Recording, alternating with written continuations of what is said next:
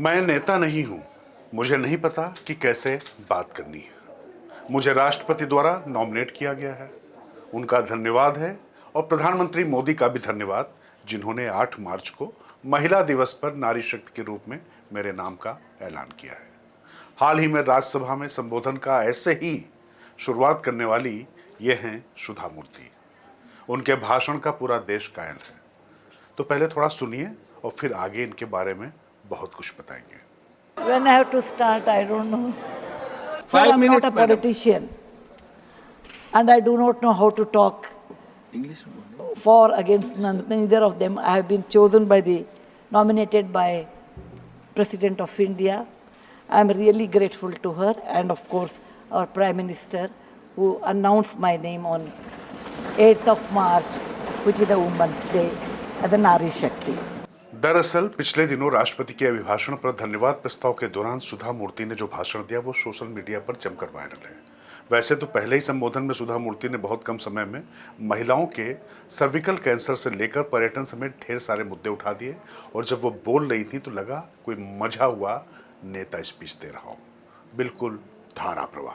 I have always worked for poor, and I'm always on the field, so my experience is entirely different than both sides of the house. I have given only 5 minutes, and being a teacher, for me 5 minutes is extremely small slot. However, I'll try to do only 2 things. I'm also an author, so I always like to give analogy, Sanskrit shloka, and describe.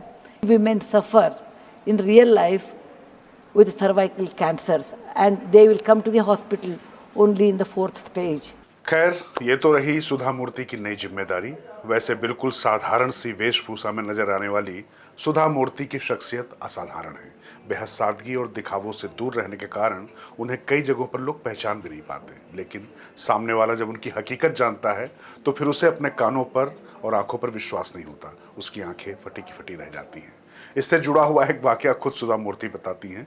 जब वो London गई तो उनका बेटा रोहन मूर्ति और बेटी अक्षता मूर्ति रहते हैं। सुधा मूर्ति जब हवाई अड्डे पर पहुंची तो इमिग्रेशन ऑफिसर ने उनसे रेजिडेंशियल एड्रेस पूछा तो उन्होंने फॉर्म में अपना पता 10 डाउनिंग स्ट्रीट लिख दिया, जिसे देखकर अधिकारी हैरान परेशान हो गए। उनसे पूछ लिया कि क्या आप मजाक कर रही हैं, लेकिन जब अधिकारी को पता चला कि वो वाकई ब्रिटेन के प्रधानमंत्री रहे ऋषि सुनक की मदर इन लॉ यानी सास हैं, तो वो आश्चर्यचकित रह गया। वहीं साड़ी को लेकर भी सुधा मूर्ति का किस्सा काफी मशहूर है। उनके मुताबिक साड़ी उन्हें बहुत पसंद है, लेकिन उन्होंने 30 सालों से कोई साड़ी खरीदी ही नहीं है, और इसकी वजह काशी से जुड़ी हुई है। सुधा मूर्ति कहना है कि काशी में अपनी सबसे प्रिय चीज का त्याग करना चाहिए, इसलिए उन्होंने अपनी सबसे प्रिय चीज साड़ी खरीदने का त्याग कर दिया। वैसे सुधा मूर्ति से जुड़े कई और किस्से हैं, लेकिन उससे पहले यह भी जान लीजिए कि सुधा मूर्ति इन्फोसिस के को फाउंडर नारायण मूर्ति की पत्नी है। और देखा जाए तो अगर देश को आईटी हब बनाने में नारायण मूर्ति का अहम योगदान है, तो उसमें सुधा मूर्ति का अप्रत्यक्ष तौर पर ही लेकिन भारी योगदान है। कहते हैं कि जब नारायण मूर्ति ने इन्फोसिस फाउंडेशन की स्थापना की, उस समय सुधा मूर्ति ने उन्हें 10,000 रुपये उधार दिए और अपनी नौकरी छोड़कर कंपनी शुरू करने में उनकी मदद की, क्योंकि तब नारायण मूर्ति के पास ज़्यादा पैसे नहीं थे और सुधा मूर्ति ने ये पैसे घर खर्च से बचाए थे। सुधा मूर्ति प्रसिद्ध सामाजिक कार्यकर्ता और लेखिका भी हैं। उन्होंने 8 उपन्यास लिखे हैं। सुधा मूर्ति भारत की सबसे बड़ी ऑटो निर्माता कंपनी टेल्को में काम करने वाली पहली महिला इंजीनियर रही हैं। उत्तरी कर्नाटक के शिगांव में 19 अगस्त 1950 को जन्मी सुधा मूर्ति हुबली स्थित इलेक्ट्रिकल इंजीनियरिंग कॉलेज से स्नातक किया। तब इंजीनियरिंग कॉलेज में 150 स्टूडेंट्स के बीच में दाखिला पाने वाली सुधा मूर्ति पहली महिला थी, और जब उन्हें परीक्षा में पहला स्थान मिला तो कर्नाटक के तत्कालीन मुख्यमंत्री ने उन्हें पदक से सम्मानित किया। बाद में सुधा मूर्ति ने इंडियन इंस्टीट्यूट ऑफ साइंस से कंप्यूटर साइंस में मास्टर्स की डिग्री ली। सुधा मूर्ति के जीवन पर डॉक्टर पिता और टीचर माँ का गहरा प्रभाव दिखाई पड़ता है, तभी तो आज वो इतनी संवेदनशील और भावुक हैं।